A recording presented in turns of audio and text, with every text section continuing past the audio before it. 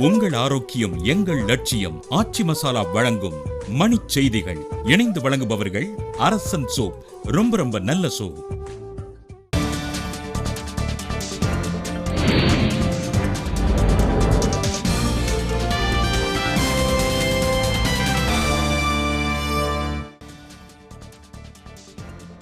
நடுவண் சுற்றுச்சூழல் துறை அமைச்சர் அனில் மாதவ் தவே காலமானார். பிரதமர் மோடி இரங்கல்.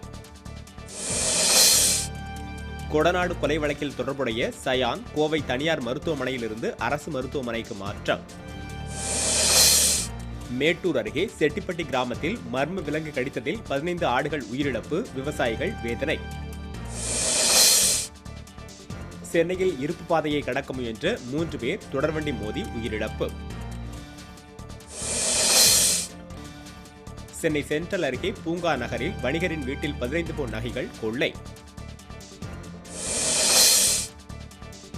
காளீஸ்வரி நிறுவனங்களில் 2வது நாளாக இன்றும் வருமான வரித்துறையினர் ஆய்வு.